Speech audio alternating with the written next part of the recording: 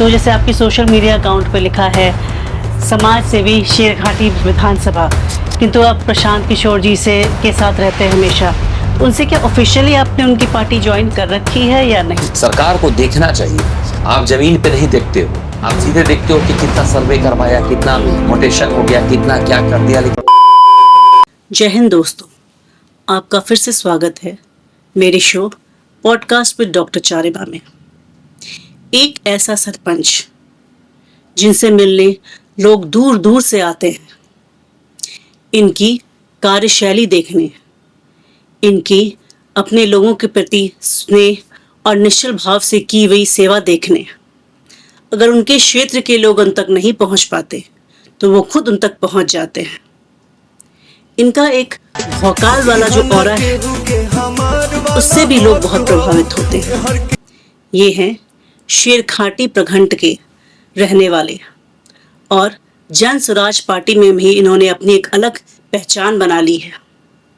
YouTube और Insta पे भी इनके लाखों फॉलोअर्स हैं जो इनके बाहुबली वाले स्टाइल के दीवाने हैं। तो आइए स्वागत करते हैं हमारे आज के मेहमान, द बाहुबली नेता ऑफ शेरघाटी, रामाधार सिंह का। बहुत बहुत स्वागत है रामाधार जी आपको हमारे शो में। तो आपसे मिलकर बड़ी खुशी हो रही है हमें। तो सबसे पहले तो आपसे निवेदन है कि अपने बारे में थोड़ा संक्षिप्त परिचय हमारे दर्शकों को दे दें। आप कहाँ से हैं, आप कौन हैं, आपके परिवार में कौन कौन है? सबसे पहले आपका मैं हार्दिक अभिनंदन करता हूँ। मेरा नाम रामाधार सिंह है और मैं गया जी ज़िले में रहता हूँ और उसी में आमस प्रखंड आता है। मेरी जन्म आमस की पावन धरती पे हुई है। ये हमारे माँ पिताजी के हम लोग 3 पुत्र हैं जिसमें मैं बीच वाला हूँ। हमारे बड़े भाई का नाम राम सिंह है और छोटे भाई का नाम रवि है। मेरी माँ का नाम मालती देवी है, पिता का नाम शंकर सिंह है। मैं एक फार्मर परिवार से आता हूँ, किसान परिवार का लड़का हूँ और चीज़ें जब जीवन में जब संयुक्त रूप से जब परिवार आज तक हमारा चला है, हम लोगों ने कभी एक दूसरे के प्रति ये नहीं समझा कि ये उसका है। मैं ये सब स्टार्टिंग में एक चलते बता रहा हूँ कि आप समझ लो कि आज के ज़माने में संयुक्त परिवार का परिचय पहले होना चाहिए। मैं अपना नाम भी बता सकता था लेकिन हमारी जन्म देने वाली माँ का नाम कोई नहीं बताता है, तो मैंने सोचा कि भाई मैंने सोचा नहीं, हमारा कर्तव्य बनता है कि अपनी माँ का नाम भी आपके चैनल के माध्यम से दुनिया में जाना चाहिए कि माँ का नाम क्या है। कुछ दिन पहले आपने देखा होगा इंडियन जर्सी पे अपने सभी प्लेयर्स ने अपने अपने माँ का नाम का जर्सी पहना था और मुझे उस दिन काफ़ी खुशी हुई कि लोग अपने माँ का नाम भी, पिता का नाम हर कोई जान पाता, माँ का नाम नहीं जानता, लेकिन माँ का नाम भी जानना चाहिए। तो संक्षिप्त हमारा ये परिचय है और मैं वर्तमान में सरपंच हूँ और संघ का अध्यक्ष भी हूँ। लोगों ने काफ़ी प्यार और आशीर्वाद से मुझे पंचायत चुनाव जितवाया है और निस्वार्थ भाव से लोगों के लिए दिन रात मेहनत करता हूँ। ये हमारा संक्षिप्त परिचय। तो क्या आपकी शादी हो गई है? क्योंकि आप तो इतने हट्टे कट्टे नौजवान हैं, तो जरा ये भी हमारे दर्शकों को बता दीजिए, क्योंकि वो आपने जानबूझ के शायद स्किप कर दिया। नहीं, वो शादी हमारी हो चुकी है। अभी आप लोगों के आशीर्वाद और भगवान की कृपा से अभी जुड़वा बच्चे हमारे हुए। अच्छा, तो बड़ी मुश्किल होती होगी उनको संभालने में और खासकर कार्यक्षेत्र का इतना काम। हमारी पत्नी बहुत चीज़ों को मैनेज करती हैं, मुझे मैनेज करती हैं, परिवार का मैनेज करती हैं और उन 2 बच्चों का भी काफ़ी ख्याल रखती हैं। एक आप समझ लो कि ये संयुक्त परिवार में बहुत चीज़ें जो हैं वो परफेक्ट रूप से चलते रहता है और उस स्थिति में सब चीज़ों का मैनेज करना मैंने उनसे काफ़ी कुछ सीखा है। वो महिला तो है ही, एक बच्चे की माँ है और मेरी धर्म पत्नी भी हैं और हमारी माँ की एक अच्छी बहू भी है, पिताजी की एक अच्छी बहू है और अपने पिता की एक अच्छी बेटी है। और मैं महिलाओं का बहुत सम्मान करता हूँ, करना भी चाहिए। आप अगर मजबूत व्यक्ति हो और जीवन में अगर एक महिला का साथ ना हो तो आपका जीवन काफी अधूरा होता है। तो स्टार्टिंग पीरियड में जब मेरा स्कूलिंग लाइफ के बाद मैं रुचि काफी क्रिकेट में रखने लगा, तो क्रिकेट में जब मैं क्रिकेट खेल ही रहा तो उसी दरमियान हमारे बाबा ने शादी कर दिया। अच्छा। हाँ, और कितनी उम्र रही होगी आपकी? उस वक्त हमारी उम्र 19 वर्ष हो रही थी। अच्छा, सिर्फ 19 वर्ष? हाँ, सिर्फ 19 वर्ष। काफी पहले हमारी शादी मतलब बाबा ने कर दिया था, लेकिन हम लोगों को एक संस्कार क्या था ना कि या ऐसा मानना होता था कि घर में ऐसा हम लोग को हर दिन बताया जाता था कि जो गार्जियन जिस तरीके का डिसीजन लेते हैं उसमें गलत नहीं लेते हैं, उसको मानना चाहिए। ये जो हमारा जो है उसमें तो इंसान मैन का जो मतलब क्या बोलेंगे, जो हस्बैंड की एज कम से कम एक, दूल्हे की एज कम से कम 21 साल होनी चाहिए ऑफिशियली, लेकिन 19 से किसी ने बोला नहीं। हाँ, मैं एक बार बोला था, मैंने बाबा को बताया कि बाबा आप अभी हमारी शादी कर रहे हो, अभी कुछ हुआ नहीं है, आप तो लीगली तो वो सही नहीं था। हाँ, ये थोड़ा सा आज के अनुसार से तो ये सही नहीं था और ये होना भी नहीं चाहिए। लेकिन आप मान लो कि अब मैं माँ का तबीयत खराब मैं अपनी आंखों से देख रहा था, उनका इलाज मैं खुद से जाके करवाता था, और हमारे बड़े वाले भाई साहब का शादी हो चुका था, तो वो पूरे परिवार के साथ शिफ्ट हो चुके थे अपने बाल बच्चों की पढ़ाई में दूसरे जगह पे। अच्छा। उस स्थिति में घर काफी सूना अकेला हो गया था, और माँ का बीपी और शुगर उनका काफी मतलब तेजी से उन पे असर कर रहा था। उस स्थिति में हम लोग को जब 19 वर्ष का लड़का को कितना समझ हो सकता है आप समझ सकते हो। आज के जमाने में लोग कॉलेज लाइफ में जी वो रहते, मेरा भी कॉलेज ही लाइफ था। उस वक्त मुझे लगा कि नहीं, बाबा ने कह दिया है तो एक सम्मान और ये स्वाभिमान और प्रतिष्ठा मान, लेकिन अब तो बच्चे खुद से डिसीजन लेते हैं, जिसकी जिससे इच्छा होती है उससे शादी करते हैं। कास्टिज्म कोई मैटर नहीं करता है, जो जिससे चाहे उससे करता है। लेकिन मैं एक छोटा सा मैसेज देना चाहता हूँ लोगों को कि उन पेरेंट्स का भी ख्याल रखा जाए जिन्होंने आपको पाला पोसा है। कुछ सोच के वो चीजें होती है। कंडीशन ऐसा होता है कि आप देखोगे कि 3-4 बहन भाई है, उस कंडीशन में कभी कभी बीच वाले लोग भी शादी कर लेते हैं, बड़ा वाला ऐसे रह जाता है। उसके ऊपर लायबिलिटी परिस्थिति होता है, जो समझदार व्यक्ति होता है जीवन में इतना मगन हो जाता है ना कि उसको बहुत चीज समझ में नहीं आती है। तो ये मेरा इसमें ये सोच है कि जैसे आपको ठीक है आप करना, पहले आप परिवार से परमिशन लेनी जरूरी है कि नहीं? लेनी चाहिए ना। मतलब कई बार ऐसा होता है कि बिना पूछे आप देखो कि आए दिन देश में घटनाएं घट रही कि पत्नी अपने पति का हत्या करवा रहा है। तो बहुत ही ज्यादा हो रहा है वो एक्सटर्नल अफेयर। पहले का प्रेमी। अरे आप जब पहले का जब आपका कोई प्रेमी है, कोई प्यार करने वाला है या आपके जीवन में पहले से इन्वॉल्व है, तो उस बेचारे इंसान को क्यों बीच में मार रहे हो? सही बात है। उसकी क्या गलती है? आपका रिंग सेरेमनी होता है, आप आम जीवन में चीजों को सबके सामने एक्सेप्ट उसको कर रहे हो। शादी होते ही सिंदूर पड़ते ही क्या बुराइयां उसमें हो जाती है। उस बेचारे का, वो भी किसी का बेटा है, कितनी उम्मीद के साथ आपके साथ रिश्ता उसने जोड़ा है, 7 फेरा लोग लेता है। रिंग सेरेमनी उसी टाइम आप बता दो जी सामने बैठा कि वही ना तो बताना चाहिए। अगर आपको लगता है कि नहीं मैं उनसे प्यार करता हूँ या मेरे जीवन में कोई है, तो आप पेरेंट्स को भी धोखा मत रखो, आप खुल के बताओ। लेकिन आपको नहीं लगता जैसे लड़कियों के साथ भी पहले बहुत ज्यादा ज्यादती होती थी, अभी भी हो रही है, पर ये केसेस ज्यादा हाईलाइट हो रहे हैं, शायद टीआरपी के कारण या कुछ भी? नहीं, ये हो क्या रहा है, लड़कियों का जो मामला होता था उस वक्त सोशल मीडिया इतने एक्टिव नहीं थे। जब से लोगों ने सोशल मीडिया को फॉलो करना स्टार्ट किया है, थोड़ी सी क्राइम कम होने लगा है, लड़कियों पर अत्याचार कम होने लगा है। ऐसा नहीं हो रहा है कि हो नहीं रहा, हो तो रहा है, अभी हो तो रहा है। आज भी लोगों को बहुत, ये देखिए, जब तक देश में शिक्षा आपका 100% नहीं पहुंचेगा, लोग बेरोजगारी को नहीं दूर कर पाए। आप अपने बच्चे 4 तो बच्चे आप जन्म देते हो अपने, और आप कंप्लीट रूप से उनको छोड़ देते हो कि आप अपना जीवन यापन कैसे हो रहा है, वो आपके लिए जहर साबित होगा। आप उनको पढ़ाओ, समझाओ, वो दुनिया देखेगा, समझेगा, बूझेगा। देखिए, लव अफेयर और क्राइम, ये 3 सिचुएशन जीवन में लोग का चलता है। बहुत लोग समझदार होते हैं तो बच जाते हैं, बहुत लोग फंस जाते हैं। उस कंडीशन में पेरेंट्स और वो तमाम लोग कहीं से भी गलत नहीं होते हैं जो अपने बच्चों को कोई भी भविष्य खराब नहीं करना चाहता है। तो मेरा मानना है कि आपको एक बार परिवार का सहमति से अगर कहीं कोई दिक्कत हो तो आप खुल के, बच्ची है तो आप अपने माँ से बोलो, लड़का अपने पिता से बोले कि भाई इस तरीके का मामला है, आप किसी का जीवन खराब मत बर्बाद कीजिए। आपका एक गलत कार्य आपको हालात और हवालात दोनों में आपको भेज देता है। और एक परिवार भी तो पूरा नष्ट हो जाता है। एक परिवार पूरा नष्ट हो जाता है। और लड़कियों पे जहां भी देश में जितना भी अत्याचार करने वाले लोग हैं, आप देख लेना कि वो कमजोर और बहुत निर्लज विचारधारा के लोग होते हैं। आप देखिए, महिलाएं आज से मजबूत नहीं है। इंदिरा गांधी ने ये साबित किया, मदर टेरेसा ने साबित किया कि महिला प्रधान देश है हमारा, महिलाओं को कम नहीं आंका जाए।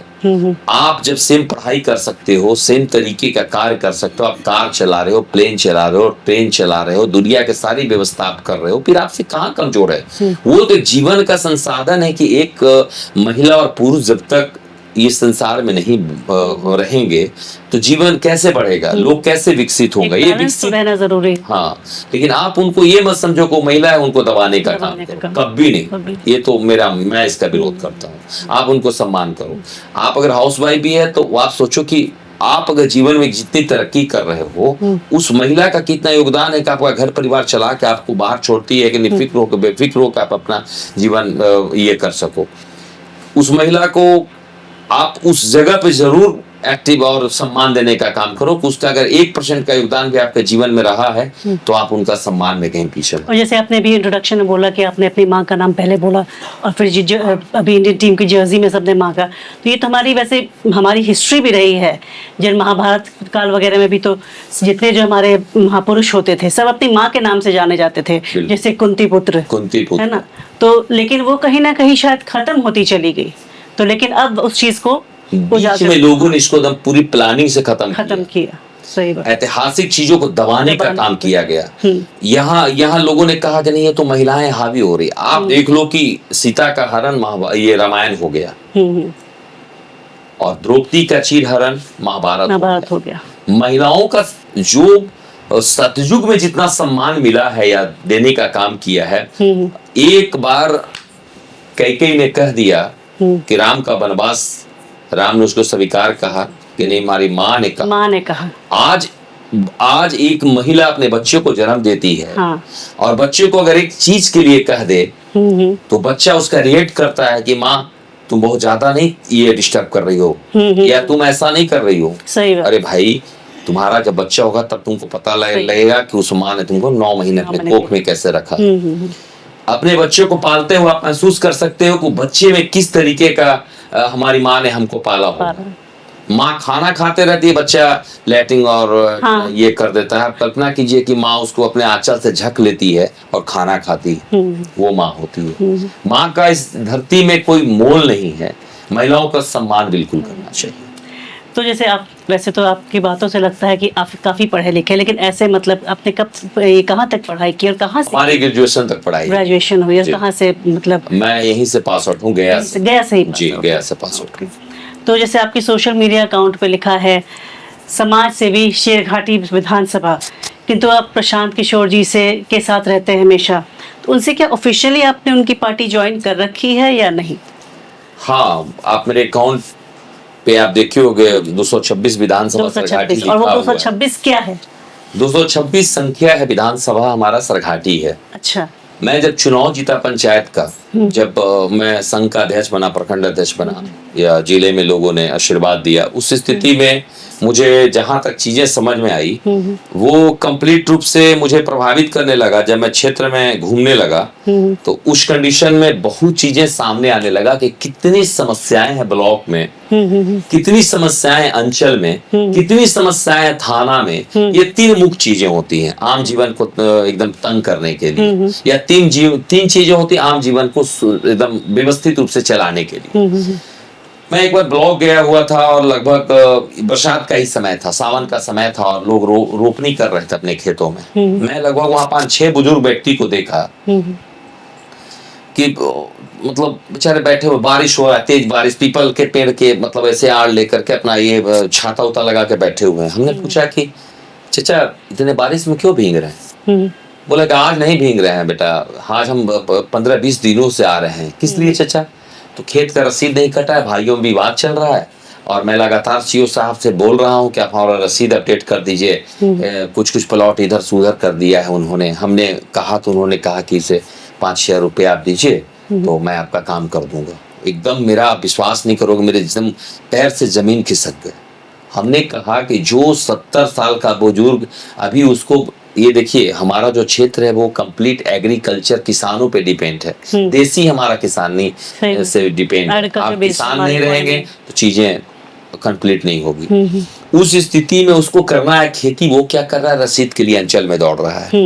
उसको एक रसीद काटने के लिए उससे घूस मांगा जाता है। हाँ। उस व्यक्ति का औकात ही है 10 से 20 हजार का। वो बेचारा किसी तरीके से धान वान बेच करके वो हाथ में मरोड़ करके 2000 रुपया रखे हुए था। मैंने उस दिन कसम खा लिया कि इसकी लड़ाई हमको लड़ना है।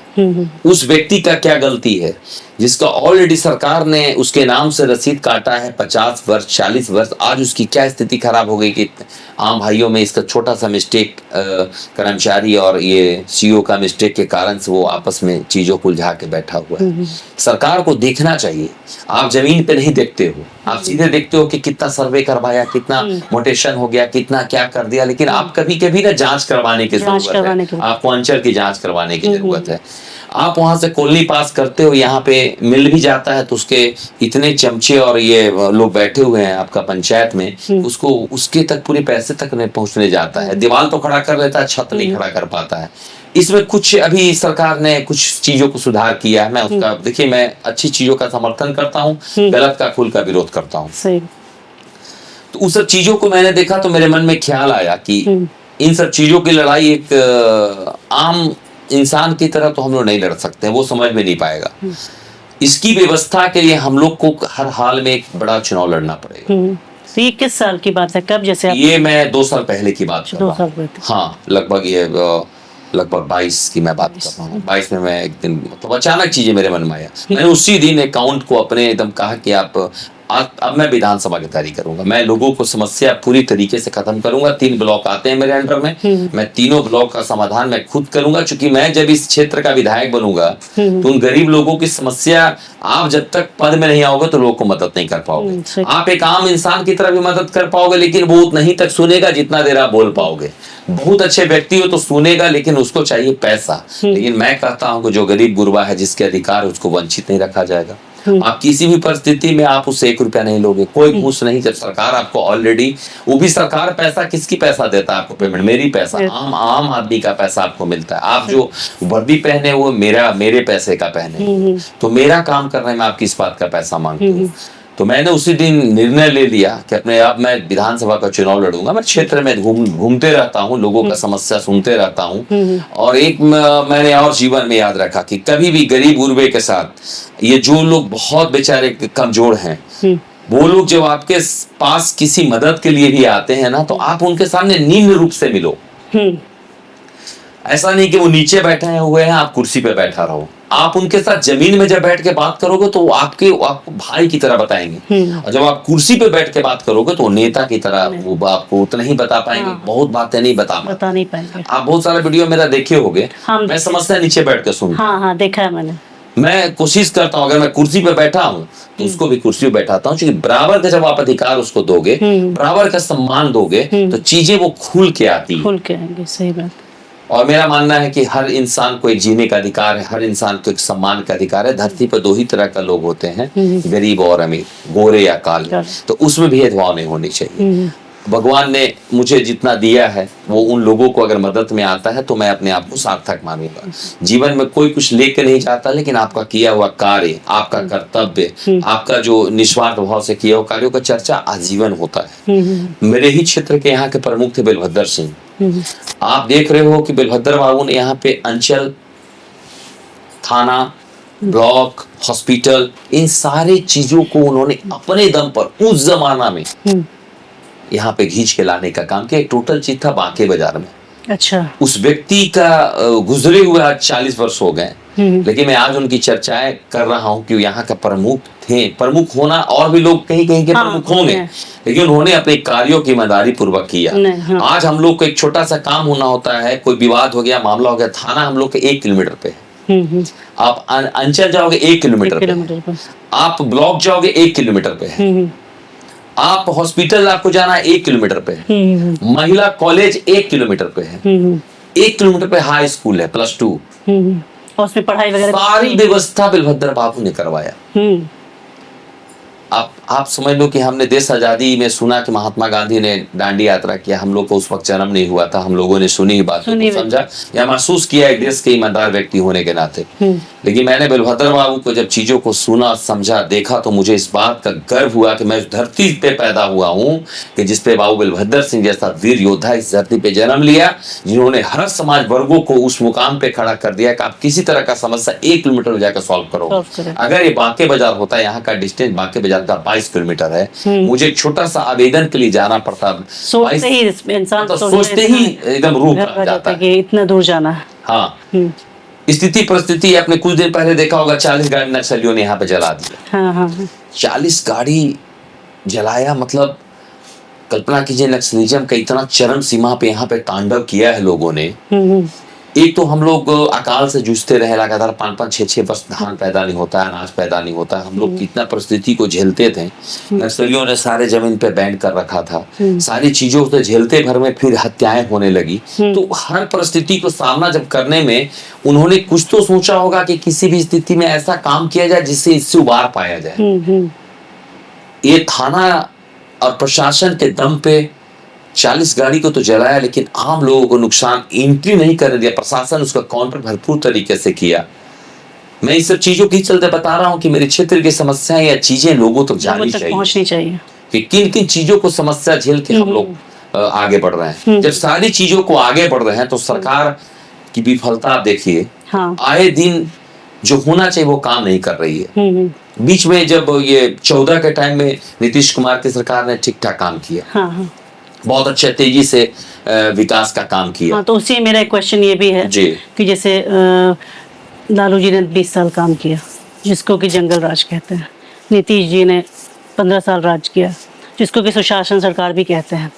तो आप इसके आगे बताइए कि आपकी क्या जब सोच है? मैं आपने क्वेश्चन जो किया 226, मैं यहाँ का जब विधायक बनूंगा तो सबसे पहले उन बच्चों का भविष्य संवारने का पहला मेरा टारगेट रहेगा जो बच्चा पैसे के भाव के कारण से उनका शिक्षा वंचित रह जाता है। आप सोचिए कि जो इंसान आपके सामने बैठा है वो किन किन चीजों को झेला है, मुझे पता है, मैंने भी झेला है। हर चीज होने के बावजूद शिक्षा मेरी रुकी है तो कुछ कारणवश रुकी है। अच्छा। चूंकि वो अकाल रेगुलर हम लोगों ने झेला, नक्सलिज्म झेला, जमीन पर पैदा नहीं होना, एक हमारे बाबा 20 परिवार को पालन पोषण करते थे, उस स्थिति में कम उम्र में शादी हो जाना, बाल बच्चा परिवार को फिर लायबिलिटी आ जाना, तो मैं वो दूसरे लोगों पे अब नहीं होने दूंगा। इसकी पहली लड़ाई में लड़ रहा हूँ। उस वृद्धा महिला जो आप देखते होंगे कि वृद्धा आश्रम में सारे वृद्ध लोग पड़े और भरे पड़े, क्यों पड़े हैं? ये ऐसे कलयुगी बेटे और बहू जन्म ले लेते हैं कि उस माँ बाप को बोझ समझने लगते हैं। जो आप कल्पना कीजिए कि आपका नहीं बोलता हुआ बच्चा को भाव माँ समझ पाती है, और जो इंसान कंप्लीट बोलता है वो भाव को नहीं समझ पाता है, उसको लगता है कि अनबर की चीजें कर रहा है। तो उस स्थिति में हम लोग उस माँ बाप के लिए 2000 रुपया सरकार से निवेदन करेंगे, उसकी लड़ाई हम लोग लड़ भी रहे हैं। अभी 1100 रुपया सरकार ने किया, हमारे आदरणीय प्रशांत किशोर ने उसकी लड़ाई लड़ी। सबसे पहले मुद्दा उन्होंने पलायन का उठाया। पलायन का इस चलते मुद्दा उठाया कि जब क्षेत्र में सर्वे हो रहा था, जिसका एक बेटा है, जिसका एक बेटी है, या किसी तरह का घटना दुर्घटना हो जाता है, वो मुंबई महाराष्ट्र दिल्ली में रहता है, उसको आने में 4 दिन फ्लाइट का पैसा नहीं उसके पास रहता है, ट्रेन का पैसा नहीं हो पाता है, उसका माँ बाप का लाश यहाँ पड़ा होता है। उस स्थिति में पलायन का दर्द समझ में आता है कि जिसका परिवार का सदस्य बाहर में रहता है, आप कल्पना कीजिए कि वो जब वापस नहीं आ पाता है तो उसको दूसरे लोग उसके माँ बाप को आग देते हैं। बेटे का इस हमारा बिहार या और भी कल्चर में होता है कि आप अगर बेटा है तो माँ का आखिरी सुख होता है मुख में आग देना। वो भी लोग को नसीब नहीं हो पाता है। उस स्थिति में हम लोग पलायन रोकने का काम करेंगे। यहाँ पे फैक्ट्रियां लगेगी, शिक्षा व्यवस्था मजबूत होगा। यहाँ पे नौजवान इंजीनियरिंग कॉलेज दुनियादारी सारी जितनी व्यवस्था है उन लोग को पढ़ाई लिखाई का सारी तैयारी यहाँ पे करेंगे, मजबूत तरीके से करेंगे। उसके लिए हम लोग सरकार से निवेदन, जब हमारी सरकार बनेगी, मैं जन स्वराज का असली साथी कब कहलाऊंगा? जब उनकी हर मुसीबत में खड़ा रह के ईमानदारी से काम करूंगा।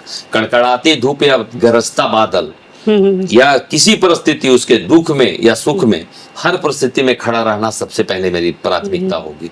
अगर वो समस्याएं जो दिखेगा मैं उसको निदान करने का काम करूंगा। तो जैसे आपने जो जन स्वराज ज्वाइन किया जी, तो आपने खुद उनको अप्रोच किया या उन्होंने, मतलब? मैं उनकी विचारधाराओं से काफी प्रभावित हुआ। प्रशांत ने जो मुद्दाएं मतलब मैं ऐसे ही बैठा हुआ था, मैं प्रशांत को लगभग 4-5 वर्ष पहले बहुत नहीं जानता था। मुझे ये पता था कि वो जाते हैं और भी राज्यों में उसके कैंपिंग करते हैं, वहां पे जैसा वो चाहते हैं वो सरकार बना देते हैं। तो बड़ा आश्चर्य लगता था। वो बताते थे कि इतनी सीटें आएंगी बीजेपी की, तो वही आता था। तो इन सब चीजों से लगता था कोई जादूगर तो नहीं है कि पहले कैसे जान जाते थे, लेकिन उनका एक सर्वे टीम होता था। वो सर्वे से निकाल के लाते थे चीजों को। तो जब वो बिहार में पद यात्रा स्टार्ट किए लगभग 4 वर्ष पहले, 4 वर्ष, तो आप उस टाइम सरपंच थे या नहीं थे? नहीं, मैं तो 21 में चुनाव जीता हूँ। मैं उस वक्त सरपंच नहीं था। जब वो पद यात्रा उनकी चल रही थी मैं सरपंच नहीं था। तो पद यात्रा चल रहा था तो सोशल मीडिया में ट्रेंडिंग करते रहता था। वो लोगों से मिल रहे हैं, जुड़ रहे हैं, उद्देश्य लोगों को बताते थे कि अगर यहाँ पे रोजगार होनी चाहिए, पलायन रुकनी चाहिए, ट्रेन भर भर के लोग क्यों दूसरे जगह जाते हैं, यहाँ पे व्यवस्था सरकार क्यों नहीं कर रही है, वहाँ पे बिहारी सबको लोग गाली क्यों देते हैं, उन बिहारियों का मजबूरी का फायदा क्यों उठाते हैं। एक कांग्रेस लीडर ने तो तेलंगाना के थे ना किसके, उन्होंने बोला कि बिहारी नहीं, ये ठाकरे आपका यहाँ मुंबई खून में है मजदूरी करके। तो जिसका किसी ने विरोध भी नहीं, किसी ने कुछ, राहुल गांधी वगैरह ने कुछ बोला भी नहीं। राहुल क्यों बोलेंगे वो? उनको तो सत्ता करना है ना, उनको तो सत्ता चाहिए, उनको सत्ता में रहना चाहिए। जबकि बिहारी सब जगह लीड करते हैं। आप सोचिए कि प्रशांत किशोर महाराष्ट्र में सरकार शिव ठाकरे का बना देते हैं, शिवसेना का, और 1 रुपया पैसा नहीं लेते हैं। सिर्फ जानते हैं किस लिए? वो कहते हैं कि आप जो बिहारियों के साथ गलत व्यवहार करते हो मुंबई महाराष्ट्र में, उन बिहारियों को सम्मान देना। ये पैसे का मैं इस चलते आपसे 1 पैसा नहीं ले रहा हूँ कि आप उन चंद पैसों से आप हमारा बिहारी होना एक गर्व करवाइए। मैं मजबूर होकर के सरकार की लाचारी, गलत व्यवस्था, गलत चीजों के कारण से आपके घर नौकरी करने आया हूँ। मैं भी किसी का बेटा हूँ, मैं भी किसी का भाई हूँ, मैं भी किसी का पति हूँ। आप मुझे सम्मान दीजिए। जब इन विचारधाराओं को हमने सुना, समझा, तो मुझे इच्छा हुई, मैं जाके प्रशांत से मिला लगभग 3 वर्ष पहले। अच्छा। तो मैं उसके पहले युवा बीजेपी में युवा प्रखंड अध्यक्ष था। अच्छा। लेकिन प्रखंड अध्यक्ष था तो चीजें समझ में नहीं आ रही थी। काम हो रहा था, लोग जुट रहे थे, अपनी चीजों को कर रहा था। सरकार उस समय 14 में मोदी जी का बन गया था। और तेजी से लोग अपने संगठन को मजबूत कर रहे थे। लेकिन जो मेरे अंदर जो चीजें चल रही थी, मुझे कुछ करना था, वो चीजें नहीं दिख रहा था इन पार्टियों में। फिर मैं प्रशांत से जाकर मिला। जब मिला तो आप विश्वास नहीं करोगे, पहली बार उसने हाथ मिलाया और मुझे गले लगाया। वाह। इतने बड़े लीडर। तो उस टाइम आपको वो बिल्कुल नहीं जानते? मुझे नहीं जानते थे। ये फर्स्ट मुलाकात की मैं बात कर रहा हूँ। अच्छा। मैं उनके आवास से पूरा हाउस पे जहाँ पे वो रहते हैं, राष्ट्रीय अध्यक्ष हमारे पप्पू सिंह जी का वो आवास है। अच्छा। वहीं पर उनकी पूरी कैंप टीम रहती है। मैं जब वहां फर्स्ट टाइम मिलने के लिए गया प्रशांत से, उतने बड़े व्यक्तित्व का धनी व्यक्ति अगर आपको कोई गला लगा ले तो आप कल्पना, कुछ देर के लिए मैं शॉक्ड हो गया। मैं कुछ बोल नहीं पा रहा था। मैं एकदम भावुक तरीके से उनको देख रहा था। उन्होंने मुझे बगल में बैठाया, कंधे पे हाथ रखा, बोला कि क्या सोच कर आए हो? हमने कहा कि जो आपके मुद्दाएं हैं उसमें मैं सहयोग करने आया। तो पैदल चलोगे? चलेंगे। ये देश आजाद हो गया, लेकिन अभी बिहार हमारा गुलाम है। इसकी लड़ाई हम लड़ रहे हैं। सरकार से लोग साइकिल दे रहा है, लेकिन वो साइकिल टायर पंचर हो चुका है। उसको हवा भर के चलाना है। लोगों को ये जात पात से हमको हटाना है। ये हिंदू मुस्लिम से लोगों को हटाना है। हमको सबको एक करना है, एकत्र करना। साथ दोगे? हमने कहा कि भैया मेरी आखिरी सांस तक मैं आपकी लड़ाई लड़ूंगा। आपकी लड़ाई नहीं, हम अपने बिहारियों की लड़ाई लड़ूंगा, अपने स्वाभिमान की लड़ाई लड़ूंगा। बोला कि कितने भाई हो? मैं कहा कि 3 भाई। 2 भाई कहाँ रहते हैं? हमने कि भैया वो छत्तीसगढ़ में रहते हैं। क्यों रहते हैं? हम रोजगार के लिए रहते हैं। ये समस्या दूर करूंगा, तुम्हारे भाई यहाँ पे रोजगार करेंगे। मुझे इतना खुशी हुआ, मुझे लगा कि किसी व्यक्ति ने मेरी एकदम मन की बातें, उन्होंने हर चीज बताया। और मैं क्षेत्र में, उन्होंने कहा कि जाओ क्षेत्र में काम करो। मैं चल रहा हूँ, मैं जहाँ पे जा रहा हूँ वो तो लोग मुझसे कनेक्ट हो रहे हैं। जब मैं यहाँ पे प्रचार प्रसार अपने विधानसभा में करने लगा या उनकी बातों को रखने लगा, विश्वास 2 आदमी नहीं सुन पाता था। आज के डेट में जहां जाता हूँ 100-200 लोग तुरंत चले आते हैं। तो ये लोगों का मन बदल रहा है, लोग जात पात से उठ रहे हैं, चीजों को समझ रहे हैं। आपके क्षेत्र में आपने कुछ प्रॉब्लम्स हमें बताएंगी, क्या क्या आपको लगी, तो आपकी तरफ से अभी तक एज सरपंच आपने क्या क्या योगदान दिए हैं जो आपको लगता है कि मतलब जी मैंने सबसे पहले योगदान दिया कि उन महिलाओं के साथ जो भी हमारे पंचायत में जिन लोगों ने अत्याचार किया, मैं उसका खुल के विरोध किया और तत्काल प्रभाव में उसको मैंने न्याय दिलवाया। अच्छा जी, उस गरीब गुरबे कमजोर लोगों का जिसने हक मारा, जिसको लोगों ने सताने का काम किया, मैंने उसको उसके अधिकार की लड़ाई लड़के हक दिलवाया।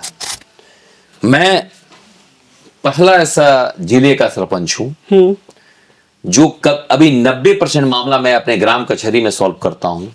10% जो लोग ना समझ होते हैं, जो मेरी बातों को नहीं समझ पाते हैं, अपनी जीत पे अड़े रहते हैं, वो लोग थाने का सहारा लेते हैं।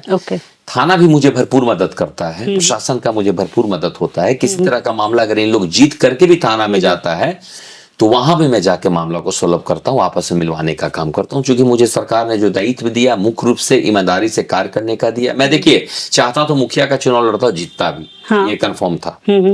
लेकिन मुझे वो लालच नहीं है कि मुझे पैसे की आवश्यकता है। भगवान ने बहुत दे रखा है और बहुत कुछ है। मेरा कहना था कि ये जो पद है, देश आजादी के बाद सरपंच का बहुत महत्व होता था। बड़े बड़े मामला को सरपंच सुलझाया करते थे। हम लोग कहानी और किताब में सुना करते थे, फोटो देखते थे, पगड़ी बांधा हुआ सरपंच, मूछ खड़ा रखने वाला सरपंच, कड़ी आवाज में बात करने वाला सरपंच, ईमानदारी से काम करने वाला सरपंच, एक दूसरे को न्याय दिलवाने वाला, ये लुप्त हो चुका था। हमने कहा कि चलो एक छोटा सा प्रयास मैं करता हूँ। हमने जितना भी काम किया, अगर एक क्वेश्चन मार्क्स उसमें कोई लगा दे, देखिए लोग आपका विरोध कर सकते हैं, आप अच्छा भी करोगे तो लोग विरोध करते हैं, ये स्वतंत्र है, करना चाहिए, विरोध होना चाहिए। तब चीजें खुल के आती है कि किन किन चीजों पे हमने काम किया और किन चीजों पे हम लोग को काम करना चाहिए। लेकिन मैंने ईमानदारी से अभी तक काम किया, उन माता बहनों को न्याय दिलवाने का काम किया, उन भाइयों को न्याय दिलवाने का काम किया। बुजुर्ग हमारी जो चाची दादी हैं, उनको साथ किसी ने अत्याचार किया, उनके बेटों के द्वारा, पति के द्वारा, अगल बगल के द्वारा, तो खुल के जाके मैं विरोध करता हूँ। जी, तो जैसे आप इतना करते हैं तो आपकी माँ तो मतलब माँ बहुत आप पे गर्वान्वित महसूस करती होंगी, क्या कहती हैं वो आपको? हाँ, माँ हम लोग 3 भाइयों में हमसे बहुत प्यार करती हैं, सबसे ज्यादा। हाँ, वो और बेटों से करती है। माँ तो सब अपने बच्चों से करती है, लेकिन सब बच्चे बराबर है। माँ हमसे प्यार करती हैं क्योंकि वो मैं उनके पास रहता हूँ और इसके लिए प्यार करती हैं। मैंने मैं जब जॉब के लिए मैं भी गया था, लगभग वहाँ 6 महीना जॉब किया। लेकिन माँ का जो तबीयत जब मैं देखा था, मैं उनको ले जाता था हॉस्पिटल, उनको रेगुलर इलाज चलता था, तो मैं उनसे बहुत भावुक और कनेक्ट हो गया था। हमने कहा कि माँ, एक बेटा तुम्हारे सेवा के लिए आ रहेगा, तुम बहुत किस्मत वाली हो कि तुम्हारे 3 बेटे हैं। लेकिन किस्मत वाली माँ वो होती है जिसके बेटे बुढ़ारी में उसके सहारा बनते हैं। बेटा होना किस्मत वाले नहीं होता है। सही बात है। आपकी एक बेटी भी अगर हो जाए, आपको अगर जीवन यापन कर दे, आपके सुख दुख में खड़ा रहे, तो बेटे से बड़ा बेटी है। सही बात। लेकिन अगर वो माँ खुशकिस्मत होती है बेटे वाली कि जिसका बेटा उसको ये वृद्धावस्था में, दुख की अवस्था में उसकी सेवा करने के लिए आखिरी तक करता है। मैं माँ का बिना चरण छुए हुए कहीं नहीं निकलता हूँ, माँ से बिना आशीर्वाद लिए कहीं नहीं जाता हूँ। भगवान से बड़ा दर्जा मैंने अपने माँ को दे रखा है। हम सब भाइयों ने माँ हमारी अगर कह दी कि बेटा ये काम करना है तुमको, तो मैं एकदम करता हूँ। अभी जब आप आई तो पहला कॉल हमारा माँ का ही गया। अच्छा। कि कुछ महिला लोग आई हुई है क्षेत्र से, लगता है कोई दिक्कत हो गया, आके देख लो। वो नहीं समझी कि आप एक पत्रकार हो, आप एक आई हो हमारा इंटरव्यू लेने। तो उनका पहला क्वेश्चन है, जब मेरे कानों में आता है कि बेटा लगे कोई दिक्कत हो गई है, अपना भाषा में मघी में वो आके देख लें जरा। तो मैं माँ का बहुत सम्मान करता हूँ, हर बेटे को अपने माँ का सम्मान करना चाहिए। सही बात है। तो जो हमने जैसे आपके जो इंस्टा अकाउंट वगैरह देखे हैं, आप भी देख रहे हैं एक्चुअली जी, आपने एक जैसे अपनी बाहुबली जैसी छवि बना रखी है, और मतलब जैसे क्षेत्र में भी जाते हैं तो उसके भी वीडियोस देखो तो लगता है कि जैसे कोई बाहुबली जा रहा है। तो लेकिन एट द सेम टाइम आपका मैसेज ऐसा रहता है कि आप ये कहना चाह रहे हैं कि बाहुबली तो है किंतु हार्ट ऑफ गोल्ड, तो इसके बारे में ये क्या बाहुबली purposely करते ये हैं? जो शब्द है, हाँ। अगर किसी को मदद करना बाहुबली है, किसी के सुख दुख में खड़ा रहना रहना बाहुबली बाहुबली है, है। या मेरी जितनी संसाधन है उससे अगर आम लोगों का भी चीजें पूरा हो रहा है, अगर बाहुबली है तो मैं हूँ बाहुबली, इसमें कोई दिक्कत नहीं है। हाँ, मैं किसी का अगर जमीन हड़प रहा हूँ, मैंने किसी का हत्या किया है, या किसी का संपत्ति हड़पने का काम किया है, या किसी का मान सम्मान के साथ ठेस पहुंचाया है, तब ये शब्द गलत बैठ जाएगा। लेकिन अगर लोग प्यार से आपकी इस नजर से देखते हैं, हाँ। या आपने जो क्वेश्चन किया, बहुत सारे लोग गोल्डन हार्ट जो कहते हैं ना, जैसे आपको बहुत संवेदना है लोगों के लिए, हाँ, आप कर रहे हैं। लोग काफी प्यार करते हैं। हाँ, और मेरी चाल में थोड़ी सी और तेजी आ जाती है जब आप अच्छा। किसी काम को करने जा रहे हो। हाँ। वो जब पूर्ण रूप से जब काम हो जाता है, हाँ। तो थोड़ी से एकदम अंदर से खुशी हो होता है, जाती है। वकाल आता है। हाँ, जैसे लगता है वकाल। कि ये चीज है, मैं क्षेत्र में, अच्छा उन लोगों को भी गर्व होता है कि हमारा क्षेत्र का नेता मजबूत है, हाँ, मजबूत है, नौजवान है, हाँ। ईमानदार है। उनको ये भी रहता है ना कि हम इनके पास जाएंगे तो हमारे समस्याएं पूरी, मतलब आप- ठीक, मतलब उसका समाधान मैडम मिलेगा। जान लो कि मैं जीवन में नशा का एम नहीं जानता हूँ। अच्छा। मैंने कभी जीवन में खैनी का हाथ नहीं लगाया। बीड़ी, सिगरेट, गुटखा, दारू, डंडीबाजी, इन चंद चीजों से काफी दूर रहता हूँ। दूर रहना भी चाहिए। ये रहते नहीं है लोग। आज के जो परिवेश चल रहा है, इन सब चीजों के आदी हैं लोग। आदी। लेकिन उनको समझ में आना चाहिए कि आप किसी के भाई हैं, आप किसी के बेटे हैं, आप एक इस देश के बहुत सुलझे हुए नागरिक हैं। आप में भारतीय लगा हुआ है, आप इंडियन हैं, आप बिहारी हो, इंडिया में बिहार से हैं, तो आपको इन सब चीजों से बचने का आवश्यकता है। खासकर जो आज के यूथ है, यहाँ के फ्यूचर जनरेशन, जितनी विवाद होती है मेरे क्षेत्र में, मैं लगभग 90% देखता हूँ कि शराब के नशे में, अच्छा शराब जो बिक रहा है, सब जहरीली शराब बिक रहा है, स्प्रिट बिक रहा है। और शराबबंदी हो रखी है। नहीं, वो कोई बंदी नहीं है, घर तो होम डिलीवरी। जितने पीने वाले लोग हैं उनको घर में मुहैया हो रहा है। सिर्फ अर्थव्यवस्था को कमजोर करने की एक नीति सरकार ने अपना रखा है। जैसे आप बालू बंद कर दो, बालू अगर आपके घर तक आ रहा है तो कौन सी बंदी है आपकी? आपने शराब बंद कर रखा है और शराब आपके घर तक आ रहा है, तो ये कौन सी बंदी है? आप उसका सिस्टम में लाओ, एक लिमिट में लाओ। अच्छी क्वालिटी के जब लोग चीजें देखो, जो लोग पीने वाले आदी हैं, मैं नहीं पीता हूं तो उन लोग का विरोध भी नहीं करता हूं, क्योंकि उनकी आदी वो बन चुकी है। मैं इतना लेकिन मशवरा देता हूं कि आप इसके आदी मत बन जाओ, ये आप पे हावी ना हो जाए। इन सब चीजों से आपको बचना चाहिए, क्योंकि अगर आप शराब पी के आते हो, उस महिला के साथ क्या बीतता होगा जो आपकी धर्म पत्नी है। आप कल्पना करो, आपका बदबूदार स्मेल, गंदी और उसके गालियां, मारते भी, गलत व्यवहार करते, डगमगाता कदम जब आपके घर के दरवाजे के अंदर आता है, तो उस महिला आपको निहार के देखती है कि हमारा पति है, जिसने घर परिवार संसार छोड़ के आपके साथ जीवन यापन करने आई है। उस महिला पे क्या बीतता होगा, उस माँ पे क्या बीतता होगा जिसने 9 महीने इस कोख में रख करके तुमको पैदा किया है कि हमारा बेटा होनहार बनेगा, समझदार बनेगा, बड़ा होकर के ये बनेगा, वो बनेगा। आप आते हो, आप उसके साथ भी गलत व्यवहार करते हो। मैं उन लोगों का विरोध करता हूँ, शराब पीकर के आप ऐसा करते हो तो बिल्कुल मत करो। तो उसी में यह है कि जैसे प्रशांत किशोर जी ने बोला भी है, हाँ। अगर वो सत्ता में आते हैं तो 1 घंटे के अंदर बिल्कुल इस रूल को हम लोग उसका समर्थन भी करते हैं। मैं प्रशांत जी का बिल्कुल समर्थन करता हूँ। अभी मेरे क्षेत्र में घटनाएं घटी, आपने देखा होगा कि 9 लोगों की जहरीली शराब से मृत्यु हुई। मेरे ही पंचायत में, ये दुर्भाग्य हमारा है कि मेरे ही पंचायत में जहरीली शराब पीने से 9 लोगों की मृत्यु होती है, और हम लोग तमाशा बिन बन के उनको देखते रहते हैं। लेकिन उन बच्चों को जब आंखों में देखते हैं, उस तड़पती माँ का जब चेहरा देखते हैं, बिलखता हुआ उसकी पत्नी को जब चूड़ी फोड़ते हुए अपने हाथों से देखते हैं, आप कल्पना कीजिए कि वो निसहाय महिला का क्या गलती था। उस व्यक्ति का भी मैं बहुत गलती नहीं मानता हूं, चूंकि जो दिन भर लेबर का काम करता है, जो दिन भर शरीर को थकाता है। देखिए, शराब जिसने भी बनाया, जिस युग में बना, उसका उद्देश्य ही था कि बहुत ज्यादा अगर आप स्टेशन में चले जाते, बहुत ज्यादा आप थके हो, आप एकदम लिमिट में लेके उसका आनंद लेके सो जाइए। लोगों ने इसकी गलत तरीके से उपयोग करने लगा। शराब इधर बिगत जब से बंदी है, आप देख लो कि कम से कम लाखों लाख की संख्या में लोगों की मृत्यु हुई है जहरीली शराब पीने के कारण से। वो स्पिरिट पी रहा है कि न्यूज में आता है, जी स्पिरिट पी रहा है कि क्या पी रहा है उसको क्या पता, वो तो दारू देख के पी रहा है। अच्छा, जो आदमी 400 रुपए का मजदूरी करता है, वो कहाँ से 4000 का बोतल पिएगा? क्वालिटी कहाँ से ढूंढेगा? आप क्वालिटी 4000 के भी लोग तो बिहार में सब डी माल आ रहा है।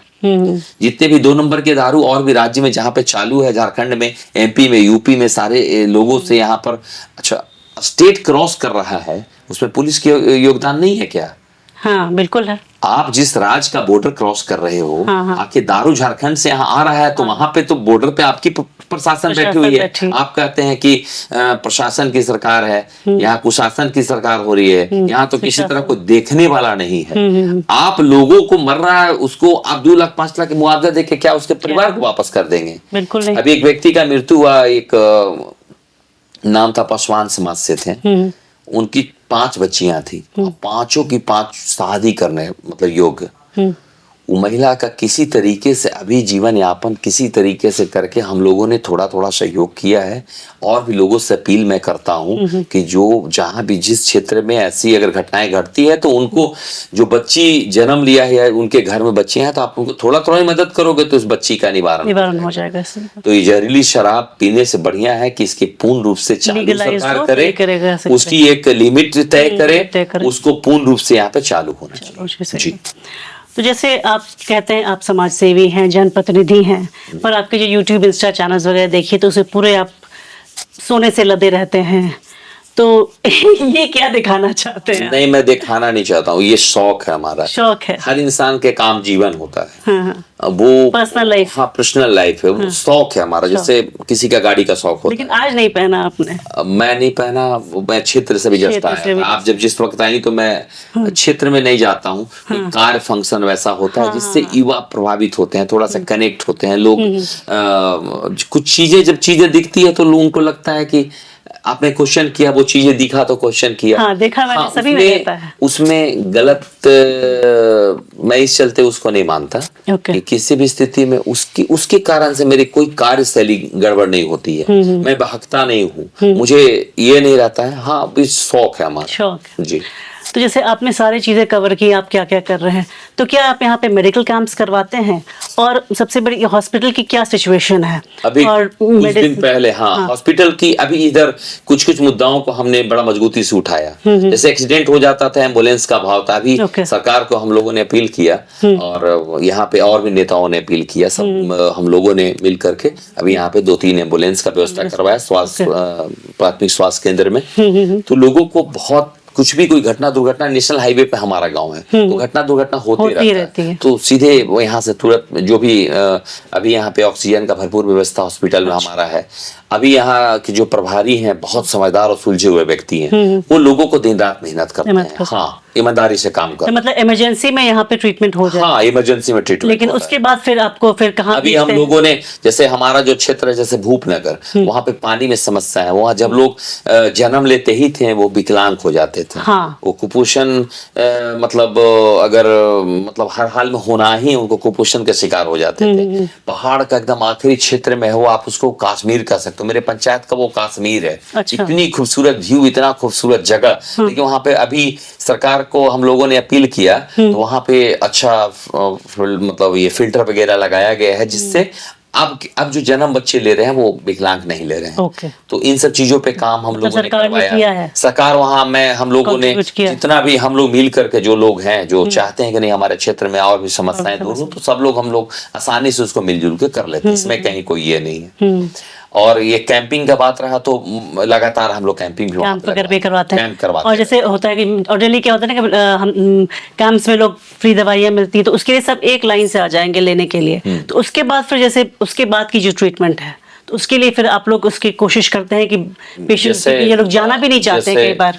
पीएमसीएच की स्थिति आप देख रहे हैं क्या है, जो मनीष जी ने अभी काफी बहुत कंडीशन उसका अभी खराब है। लेकिन आप देखिए जी, पहला ऐसा जन स्वराज पार्टी है जिसको मंगल पांडे को हम लोगों ने घेराव किया, सरकार ने तत्काल प्रभाव उसमें एक्शन में लिया है। हर व्यक्ति का इलाज अब आसानी से होने लगा है। अच्छा। मैं आशा करता हूं कि ये इसी तरीके से चलना चाहिए, नहीं तो आंदोलन जारी रहे। क्योंकि इमरजेंसी में जैसे कुछ भी हो तो जो तुरंत पेशेंट को वहां रेफर होना चाहिए। आप अभी युवराज सिंह जी हैं आपके छपरा के, अच्छा, प्रभुनाथ सिंह के भतीजे हैं। अच्छा। उन्होंने एक छोटा सा अपने इंटरव्यू में कहा कि मैं वहां पर 1 महीने एडमिट था और 1 महीने में 500-500 ऐसी लाशें पड़े होते थे, कोई देखने वाला नहीं होता था, मैं बगल में खड़ा रहता था, आप किसी को कुछ बोल नहीं सकते थे। क्यों भाई? क्यों? ये हमारा राज्य है, यहाँ पे जीना, मृत्यु और जीवन तो एक सत्य है, लेकिन उसमें सबसे पहली चीज है कि आप एक इंसान बनो। आप डॉक्टर हो तो आप भी तो किसी के भाई बेटे हो, आपको कोऑपरेट करना चाहिए उन सब चीजों में। जो गरीब तबके के लोग हैं जिनको यहाँ पे 2-4-10-20 लाख लोगों का मतलब पैसा नहीं है, तो उनको तो आप इलाज करोगे ना। तो इन सब चीजों में तो जैसे कुछ टाइम पहले तक आपको लोग इतना नहीं जानते थे, लेकिन आप सडन लाइमलाइट में आ गए, तो ये कैसे? आपकी पीआर काफी स्ट्रांग है, कैसे मतलब ये संभव हुआ, या आप इसका श्रेय किसको देंगे? मैं पूरा का पूरा श्रेय अपने टीम को देना चाहूंगा, क्योंकि मैं जब कार्य करता था तो लोगों तक नहीं पहुंचती थी। अच्छा। मैंने अनेकों कार्य किया लेकिन लोगों तक पहुंच नहीं पा रहा था। फिर हमने सोशल मीडिया का सहारा लिया और लोगों तक जब चीजें पहुंचती है ना, तो लोग आपको प्यार करते हैं। बहुत चीजों को आप समझ सकते हो कि बहुत चीज हम लोग आज भी नहीं दिखा पाते हैं, क्योंकि बहुत चीज नहीं दिखाया जाता है, वो किया जाता है। आप हर कार्यों को नहीं दिखा सकते, आप हर मदद को नहीं दिखा सकते, लेकिन मैं इस चलते दिखाता हूँ ना कि आप कम से कम इस वीडियो को, अगर आप गाली भी दो तो मुझे देते हो, लेकिन आप ऐसा करो तो सही, आप भी करो, प्रेरणा तो लो, उससे कुछ तो प्रेरणा लो। हाँ। कुछ तो करो। तो उन सब चीजों के कारण से लाइमलाइट में अभी लोगों का आशीर्वाद से मैं आया हूँ, और आज के डेट में कम से कम कई राज्यों में मुझे लोग जानते हैं। हाँ, यूपी, छत्तीसगढ़, बिहार, एमपी, आपका राजस्थान, फोन आते रहते, काफी फोन आते रहते हैं। मैंने नंबर भी डाल रखा है। हाँ। तो लोग का फोन आते रहता है। चलो, आपसे अपनी प्रॉब्लम्स भी शेयर करते हैं। मैं नंबर ही चलते डाल रखा है कि मेरी कार्यों का आखिर मुझ तक बात कैसे आएगी, कि आप क्या कर रहे हो या आपको क्या करना चाहिए। कुछ भाई का सजेशन आया है कि अभी चुनाव का ये चल रहा है भैया, तो कम्प्लीटली ये का डालिए। लेकिन मेरा मानना होता है कि इंसान को हर तरीके का वीडियो अपने सोशल मीडिया में डालना चाहिए। जैसे कार्य करते हुए तो आप डाल रहे हो, रेगुलर ऐसा नहीं होता है कि आप कार्य ही कर रहे हो। कुछ आम जीवन में चीजें जो चलती है, बड़ा हंसी उसी का माहौल, लोग आपसे कैसे खुश हो, इन सब चीजों को भी डालना पड़ता है। और डालना चाहिए, ये है हकीकत है। इन सब चीजों कारण से लोगों ने प्यार और लाइमलाइट में लाया। प्रशांत किशोर जी तेजस्वी जी को ना नौवीं फेल कहते हैं, जिसके कि तेजस्वी जी ने जवाब भी दिया कि वो खिलाड़ी थे। तो आपको इस बारे में आपका क्या सोचना है कि मतलब क्या खिलाड़ी है तो पढ़ाई कंप्लीट नहीं करेगा? नहीं, स्पोर्ट्समैन तो मैं भी रहा। स्पोर्ट्समैन आप भी थे? हाँ। आपने भी अपनी ग्रेजुएशन कंप्लीट? हाँ, मैंने ग्रेजुएशन कंप्लीट किया और मैं क्रिकेट लगभग 12-13 वर्ष एकदम कंप्लीट क्रिकेट खेला। और उस स्थिति में पढ़ाई बाधा नहीं बनना है। जैसे आप और बिहार का पढ़ाई में कौन सा रेगुलर क्लास लोग, उसमें बहुत ज्यादा ये नहीं था। हम लोग 2005 में मैट्रिक हम लोग पास आउट हुए, लेकिन फिर भी हम लोगों ने को जितना मेहनत करना चाहिए था वो अपनी पढ़ाई के पीछे भी लगाया, क्रिकेट के पीछे भी लगाया, आम जीवन के पीछे भी लगाया। तो ये तेजस्वी जी को सोचना चाहिए था, कितना बड़ा जो उनके ऊपर ये धब्बा लगा है, शायद वो आज कम से कम पास ग्रेजुएट रहते तो उनपे इस सब चीजों का कोई अंगुली नहीं उठा पाता। जैसे आपने बताया कि आप मनीष जी से भी मिले, जिन्होंने अभी पीएमसीएच वाले जो हुआ था और उसके अर्थव्यवस्था को जो उजागर कर रहे थे, उससे काफी न्यूज में थे। और अभी आप जन स्वराज को भी वो ज्वाइन कर रहे हैं। तो आपको क्या लगता है कि उनकी जो बेबाक छवि है उसके और मतलब युवा फॉलोइंग है, इससे जन स्वराज को कुछ फायदा होगा? बहुत फायदा होगा। अच्छा, जन स्वराज को काफी फायदा होगा, क्योंकि मनीष जी का विजन और जन स्वराज का विजन सेम है। जन स्वराज मतलब जनता का राज। जनता का राज। मनीष का मुद्दा भी जनता का राज। जनता का राज। वो जब कहीं पे चल रहा है तो वो देखता है कि ये गड्ढा है, सरकार ने कहा कि मैंने हर गली नली सड़क को मजबूत किया, फिर ये गड्ढा कहाँ से आया? ये पुल आप करोड़ कितने 100 करोड़ का लागत लगा के पुल बना रहा है, वो मुश्किल से 2 वर्षों में गिर रहा है। क्यों गिर रहा है? पिछले साल लगातार ही गिरे। ये पीएमसीएच का मामला, वो अपनी बहन का इलाज नहीं करवाने गया था, अपनी माँ को लेकर नहीं गया था, वो आम गरीब महिला को लेकर गया था, जिसको उन्होंने ये एडमिट करवाने के लिए उसने लड़ाई लड़ा। उसने क्या गलत करा? सही। तो वो जो मुद्दाएं हैं, आज के जीवन के मुद्दाएं हैं, और उसको किसी भी हद तक, किसी भी कीमत में एकदम कंप्लीट होना चाहिए। और मेरा मानना है कि मनीष को जन स्वराज में आने से मनीष को भी उसकी विचारधाराओं को उनको फायदा मिलेगा। और हमारे जो प्रशांत किशोर जी का जो विजन है, जो प्रशांत ने लोगों के लिए जो आह्वान किया है, मनीष उसके साथ देंगे, क्योंकि दोनों का सेम विजन है। तो ये दोनों को, इससे पूरे प्रदेश को फायदा होना है। ये अपनी फायदा नहीं, मनीष का फायदा नहीं है ना, जन स्वराज का फायदा, ये हम लोगों को फायदा होने वाला है। एक अच्छा लड़का, एक अच्छी छवि का है। आप सोचिए कि बीजेपी जैसा बड़ी पार्टी को डिजाइन करके अभी एक संघर्षफुल पार्टी का साथ देना, मतलब ये साफ दर्शाता है कि मनीष इस प्रदेश का एक अच्छा सोच रखने वाला लड़का है, वो ईमानदारी से काम करने वाला लड़का है, जो जिसने जेल भी खाया है, जेल की सजा को उसने पूर्ण रूप से झेला है। किसी प्रकार का किसी ने उसको बहुत ज्यादा मदद नहीं किया, उसके बावजूद जब निकल के आया उसी जोश खरोश के साथ प्रदेश के मुद्दाएं को उठा रहा है, तो ये बहुत बड़ी बात है। तो जैसे अभी नीतीश जी और तेजस्वी जी क्लेम करते हैं, और खासकर तेजस्वी जी अपने हर सभा में कहते हैं कि उन्होंने 5 लाख नौकरियां दी, तो आप इससे कितने सहमत हैं? अरे भाई, नौकरियां वो कहाँ से देंगे? डिप्टी सीएम का रोल ही क्या होता है? उप मुख्यमंत्री क्या दे सकता है? वो कंप्लीट नीतीश जी का पासवर्ड था, आपने उसको पहल किया। कहीं सुने हैं क्या आपकी? उप मुखिया पंचायत चला सकता है, मुखिया ही करेगा ना। तो आपने कितनी सच्चाई है कि आप पूरी 5 लाख नौकरियां उन्होंने दे दी होगी? पूरी सच्चाई इसमें नहीं है। नहीं है ना? हाँ, उन्होंने कुछ वैकेंसी लोगों को दिया था। हाँ, लोगों का और अपोजिशन का कहना है कि नीतीश जी की अभी स्थिति जो ठीक नहीं है, सरकार वो नहीं चला, उनके कुछ खास नेता हैं, कुछ खास उनके जो अधिकारी हैं, वो लोग चला। आपको क्या लगता है? बिल्कुल, आप सच्चाई है? आप कल्पना करो कि जो नीतीश कुमार ने इस जंगल राज को खत्म करके एक व्यवस्थित राज बनाने में बहुत अहम योगदान दिया, उस व्यक्ति के मुख से किसी महिला के प्रति हुई संसद भवन में आप ऐसा भद्र भाषा का प्रयोग कर रहे हो, सही बात। तो ये मानसिक स्थिति आपकी कहीं ना कहीं गड़बड़ है। जो आप आए दिन राष्ट्रगान हो रहा है, वहां पे आप इशारा इस तरीके का कर रहे हो, कुछ हरकत आप कर रहे हो, तो मानसिक स्थिति आपकी। को वो पौधा ऐसे भी हर इंसान का एक नौकरी करने का उम्र होता है, कार्य करने का उम्र होता है जीवन में। मान के चलिए कि जब एक इंसान का मतलब औसत आयु जो है वो 60 वर्षों का है अनुमानित, तो उस स्थिति में नीतीश का ऑलरेडी 60 प्लस हो चुका है, 65 वर्ष करीब है वो। उस स्थिति में इतने बड़े राज और इतने पिछड़े हुए राज और इतने गरीब बिछड़ा हुआ राज को आप अभी 20 वर्षों में बहुत रूप से आप खड़ा नहीं कर पाए। उस स्थिति में अब आपको लोग मौका क्यों देगा, और क्यों आप लोगों पे मतलब आप बोझ बनते जा रहे हैं? अब आपको स्वेच्छापूर्वक, चूंकि आपकी जो छवि रही बहुत साफ सुथरी छवि रही है, आप पे बहुत ज्यादा क्लेम नहीं मैं मर रहा हूँ, या किसी को नहीं मरना चाहिए। उस व्यक्ति ने काफी चीजों को बदला ईमानदारी पूर्वक, लेकिन अब आपको चाहिए रिटायरमेंट ले लेना चाहिए। लेकिन एक चीज आपको बताती हूँ, जब हम आए थे तो हमारी, जैसे मेरे यहाँ जो काम करती थी, कुछ महिलाएं ऐसी हैं, कुछ खासकर जो पीछे तबके की, नीचे तबके की हैं, वो आंख मूंद के आज भी जाके नीतीश जी को वोट देती हैं। क्यों? हमने पूछा भी था कि तुमको और लोगों को भी तो चांस देना चाहिए, कि अभी जन स्वराज जैसे आ रही है, या तेजस्वी जी भी इतना काम कर रहे हैं।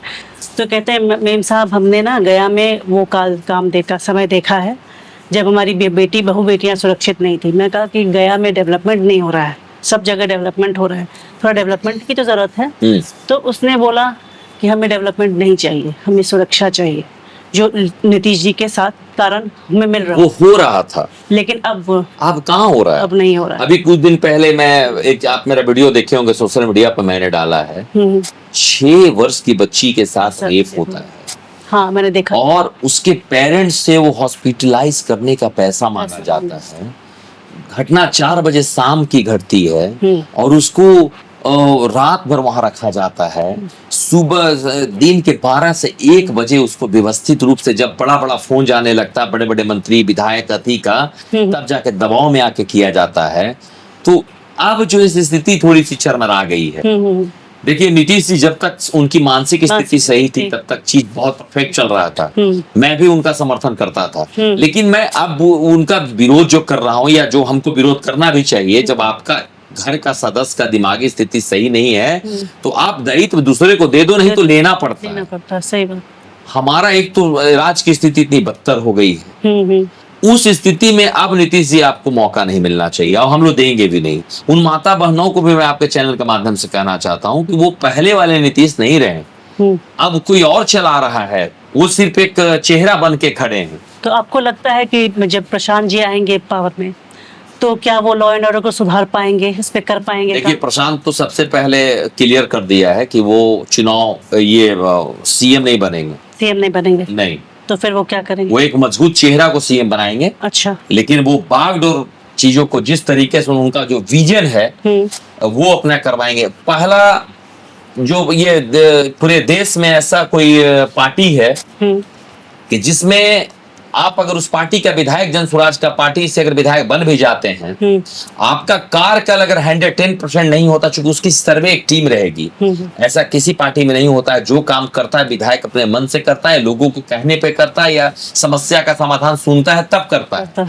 लेकिन पहली ऐसी पार्टी जन स्वराज होगी कि जिसमें विधायक का कार्यों का सर्वे जन स्वराज का टीम करेगा, और जो सर्वे में जहां जहां काम आएगा, अगर विधायक के द्वारा सेक्शन नहीं किया जाएगा तो कंप्लीट विधायक इस्तीफा देगा, वहां का दूसरा ईमानदार विधायक बनेगा। तत्काल प्रभाव में आपको इस्तीफा देना है। ये किसी पार्टी में है दम तो करके दिखाए। सही बात। यहाँ तो जात पात का राजनीति में लोग झाड़ के रखा हुआ है कि आप यादव हैं तो मुझे वोट दीजिए। राजा का बेटा ही राजा बन रहा है नित्य। अभी तो बोले लालू जी को एकदम स्पष्ट रूप से उन्होंने कहा प्रशांत ने कि मैं आपका समर्थन करता हूँ, आप अच्छे नेता हो, आपने गरीब गुरुओं का आवाज बना, आपने लोगों का सहयोग किया, मैं बहुत ज्यादा आपका विरोध नहीं करता हूँ, लेकिन ये परिवारवाद क्यों लाते हो आप यहाँ का मुख्यमंत्री रहे, आपकी पत्नी मुख्यमंत्री रही, अब आपका बेटा मुख्यमंत्री रहेगा, फिर पोता मुख्यमंत्री रहेगा। अरे भाई, और भी यादव समाज के पढ़े लिखे जेंटलमैन लोग हैं जो इस राज्य को अच्छे बेहतर तरीके से चला सकते हैं, तो आप उनको मौका दीजिए। किसी स्थिति में उनको मौका दीजिए, क्यों नहीं दे रहे हैं आप? जिस दिन नाम दूसरे आप अपने पार्टी से कर देंगे कि नहीं भाई ये नौजवान व्यक्ति यादव समाज का है, बहुत पढ़ा लिखा, एकदम जेंटलमैन है, ये अगला सीएम चेहरा होगा, उस दिन से हम लोग सारे लोग समर्थन करेंगे उनका। उनकी विचारधाराओं का विरोध करते हैं, होना चाहिए। आप विचारधारा का विरोध नहीं कीजिएगा तो आपको कोई आगे का सहयोग नहीं कर पाएगा। गलत चीजों का खुल के विरोध होना चाहिए। नीतीश जी का कार्यकाल कुछ दिनों के लिए बहुत अच्छा रहा है। अभी तत्काल में उनकी स्थिति सही नहीं है, मानसिक स्थिति, उनको इलाज की आवश्यकता है। वो अपने पूर्ण रूप से एकदम जाके इलाज करवाएं, और पूरी भागदौड़ जो है बेहतर अच्छे लोगों को, जो संयुक्त, जिनका दिमाग एकदम संतुलित है, पूरी चीजों को जिसने अपना सिस्टम बना रखा है कि मुझे किस ग्राफ में किन किन चीजों पे काम करना है। प्लान का कोई बात करता था? कभी आपने सुना है? लोग कहता था कि मैं यहां से ट्रेन चालू किया जिससे भर करके लेबर जाएंगे दूसरे राज्यों में। अरे भाई, यहाँ बिहार में बिहार के लोग जाके गुजरात का विकास करेंगे। गुजरात के लोग आके जिस दिन बिहार का विकास करने लगेंगे, उस दिन हमारा बिहार प्रबल हो जाएगा। हरियाणा के लोग आके यहाँ जब नौकरी करने लगेंगे, तब हमारा राज आगे बढ़ेगा। अग्रिम राज्यों में हमारा सपना है कि मैं अपने, कम से कम मैं इस उम्र में हूँ, हम मरते मरते ये देखना चाहते हैं कि हमारा राज अग्रिम राज्यों में आता है, स्वच्छ सुथरा और एकदम साफ सुथरा में भी नंबर 1 पे आ रहा है। कार्यों का ऐसा एकदम भरमार रहे, इतने जॉब हो, इतनी फैक्ट्रियां लगे, इतनी वैकेंसी आए, इतनी चीज आए कि लोग वहां से आके यहाँ पे भी आके करें, तब मुझे खुशी होगा। वैसा हो नहीं रहा है। हम लोग आज भी प्लान कर रहे हैं। छठ होता है, दीपावली होता है, चुनाव इसीलिए उस दिन रखा जाता है, उसी डेट में आप देख लीजिए क्यों रखा जाता है। नवंबर दिसंबर का समय में इसीलिए डेट रखा जाता है कि लोग भर के आते हैं, बाहर से यहाँ देते हैं और आके वोट दें। सरकार ने एक नया नियम लगाया कि आप जहां भी रहोगे वहां से भी आप वोटिंग कर दोगे, मुझे प्राप्त हो जाएगा। आप ये व्यवस्था से पहले आपको ये व्यवस्था करना चाहिए कि आप यहाँ पे रोजगार ऐसा कर दो कि वहां से जब लोग यहाँ पे आए तो यहाँ से कहीं नहीं जाए। तो इस बार प्रशांत ने कहा है कि ये छठ आखिरी बेरोजगारी का छठ होगा। किसी परिस्थिति में बिहार में फैक्ट्रियां लगवाएंगे, यहीं पे शिक्षा व्यवस्था मजबूत करेंगे, सारी चीज की मजबूती यहीं से करेंगे, और हर हाल में हमारा राज बदलेगा, सुधरेगा। लेकिन ये लोगों को भी सोचना पड़ेगा। आप जात पात से उठिए, आपको हर स्थिति में एक अच्छे व्यक्ति का साथ देना चाहिए। आप दूसरे का देखते हैं 56 इंच का सीना, आपका बच्चा का सिकुड़ के 16 और 17 इंच का सीना नहीं दिखता है। दूसरे को अच्छा कपड़ा और वस्त्र का चर्चा करते हैं, आपके बच्चों का शरीर पर अच्छा वस्त्र नहीं, आप उसकी चर्चा नहीं करते हैं, आप उसकी चिंता नहीं करते हैं। वो इस कंकड़ और इतने भाग दौड़ भरी जिंदगी में हम लोग जब घूमते हैं क्षेत्र में, देखते हैं कि आज भी बच्चों का पैर में चप्पल नहीं है। अपनी स्थिति सुधारो। जिसका घर चूता है वही छाता है। ये दूसरे लोग नहीं आएंगे, क्योंकि दूसरे राज्य के लोग मजबूत तरीके से सेटल हो चुके हैं। दिल्ली और हरियाणा और गुजरात के लोग क्यों आपका चिंता करेंगे? वो इस देश का चिंता कर रहे हैं, आपकी राज का चिंता हम लोगों को, हम इस राज के लोगों को करना चाहिए। तो आखिर में एक रैपिड फायर राउंड है, जी। ठीक है ना, थोड़ा सा इंटरेस्टिंग बनाने के लिए मैं कुछ पॉलिटिकल फिगर्स के नाम लूंगी और जो पहला शब्द आपके दिमाग में आता है वो आप बोलिएगा। जी ठीक है, पूछिए। सबसे पहले तो हमारे जो महात्मा गांधी जी थे। महात्मा गांधी ने देश का आजाद करवाया, बहुत अच्छे विचारधारा उनका रहा है और हम सभी देशवासियों को उनकी विचारधाराओं को फॉलो करना चाहिए। और हर इंसान में देखने का नजरिया अलग अलग होता है, लेकिन जो अच्छा कार्य करता है उसकी चर्चाएं होनी चाहिए। वो महात्मा गांधी ने हमारे देश के मजबूत व्यक्ति हैं और उन्होंने देश आजाद करवाने में हमारे बहुत सारे नौजवान युवाओं ने साथ दिया। उसका मार्गदर्शन उन्होंने बहुत तरीके से किया और उन्होंने साबित किया कि हमारी जितनी भी शिक्षा हमने ग्रहण किया या जितना हमारा जीवन अनुभव रहा वो देश के हित में लगाया। एक धोती लपेट करके उन्होंने देश आजाद में बहुत योगदान किया। महात्मा गांधी जी, ग्रेट। B.R. अम्बेडकर जी, इस देश के संविधान कर्ता और जिन्होंने हर व्यक्ति को अपना मौलिक अधिकार दिलवाने वाला, एक आप कह सकते हैं कि हर असंभव चीज को संभव करने वाला मैं मानता हूँ। तो सरदार वल्लभ भाई पटेल, एक संघर्षशील और ईमानदार व्यक्ति। इंदिरा गांधी जी, महिलाओं को इस देश में या इस पूरे वर्ल्ड में एक मजबूत स्थान दिलाने वाली आयरन महिला आप कह सकते हैं। डॉक्टर राजेंद्र प्रसाद, एक ईमानदार बहुत सरल स्वभाव व्यक्ति जिन्होंने अपने जीवन में सिर्फ और सिर्फ अपने कर्तव्य को पहली प्राथमिकता दिया। नरेंद्र मोदी जी, नरेंद्र मोदी ग्रेट, बहुत महान व्यक्ति हैं। उन्होंने ये साबित किया कि जीवन में परिवारवाद ही हर चीज नहीं है, हर देश का व्यक्ति उनका परिवार है। और राहुल गांधी जी, राहुल गांधी मतलब आप कह सकते हैं कि गुड। अटल बिहारी वाजपेयी जी, एक ऐसे व्यक्ति क्रांतिकारी, आप उनको क्रांतिकारी कह सकते हैं क्योंकि उन्होंने बहुत चीजों को बदला, तब जाकर आज हमारा देश इस स्थिति में। क्रांतिकारी। अमित शाह जी, क्लीवर, चालाक। लालू प्रसाद जी, लालू प्रसाद यादव, गरीबों का आवाज। नीतीश कुमार जी, ईमानदार। योगी आदित्यनाथ जी, धर्म रक्षक। तेजस्वी यादव जी,